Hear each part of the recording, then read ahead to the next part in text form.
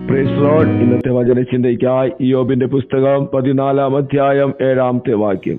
ഒരു വൃക്ഷമായിരുന്നാൽ പ്രത്യാശയുണ്ട്, അതിനെ വെട്ടിയാലും പിന്നെയും പൊട്ടിക്കിളർക്കും.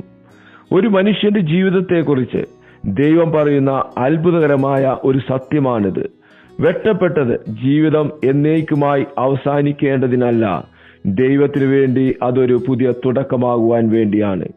ജീവിതത്തിൽ വെട്ടപ്പെടലുകൾ വരാം, സ്വപ്നങ്ങൾ തകരാം, ബന്ധങ്ങൾ ഉണങ്ങാം, അവസരങ്ങൾ നഷ്ടപ്പെടാം, മറ്റുള്ളവർ നമ്മെ നോക്കി പരിഹസിക്കുവാനും പറയുവാനും ഇടയായിട്ട് തീരും. ഇവിടെ എന്തിനാണ് ഇനിയൊരു പ്രത്യാശയെന്ന് നാം ചിന്തിക്കാം. പക്ഷേ ദൈവവചനം പറയുന്നു, കുറ്റി മണ്ണിൽ നിലനിൽക്കുന്നിടത്തോളം പ്രത്യാശയ്ക്ക് വകയുണ്ട്.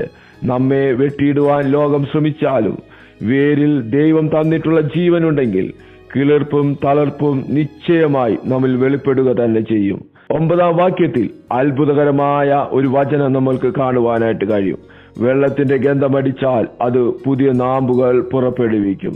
വെള്ളത്തിന്റെ ഗന്ധം, അതായത് ദൈവത്തിന്റെ വചനവും പരിശുദ്ധാത്മാവിന്റെ ഇടപെടലും ജീവിതത്തെ വീണ്ടും ജീവിപ്പിക്കുന്ന, ഉയർത്തുന്ന ദൈവശക്തിയാണ്.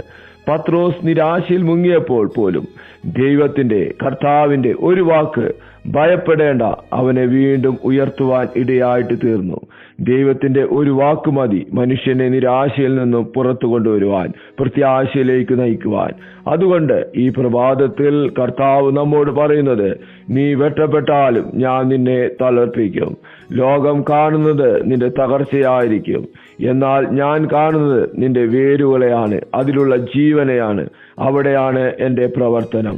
ഇന്ന് വിലപിക്കേണ്ടത് മണ്ണിൽ വീണതിനെ കുറിച്ചല്ല, മറിച്ച് മണ്ണിൽ ഉറച്ചു നിൽക്കുന്ന വേരിനെ കുറിച്ചാണ് നീ പ്രശംസിക്കേണ്ടത്.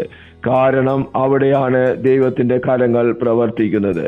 ഇന്നത്തെ ദിനം എന്തെങ്കിലും നഷ്ടമായതിന്റെ ഓർമ്മയിലല്ല, ദൈവം ഇപ്പോഴും നമ്മൾക്കായി പ്രവർത്തിക്കുന്നു എന്ന വളരെ വലിയ പ്രത്യാശയോടെ നമുക്ക് മുന്നോട്ട് നീങ്ങാം.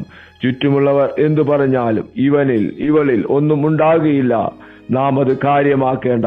കാരണം ദൈവം പറയുന്നു, വെള്ളത്തിന്റെ ഗന്ധം വരുന്നു, പുതിയ നാമ്പുകൾ നിന്നിൽ പുറപ്പെടുവാൻ പോകുന്നു, കൂടുതൽ കിളിർപ്പും തളർപ്പും കർത്താവ് നമ്മിൽ വെളിപ്പെടുത്തുവാൻ പോകുന്നു. ഈ വലിയ പ്രത്യാശയോടെ നമുക്ക് പ്രാർത്ഥിക്കാം. ഞങ്ങളെ കേൾപ്പിച്ച വലിയ ദൈവശബ്ദത്തിനായി സ്തോത്രം ചെയ്യുന്നു. ഈ വചന മുഖാന്തരം ഞങ്ങളിൽ വെളിപ്പെടേണ്ട എല്ലാ നന്മകൾക്കായി ഞങ്ങൾ സ്തോത്രം ചെയ്യുന്നു.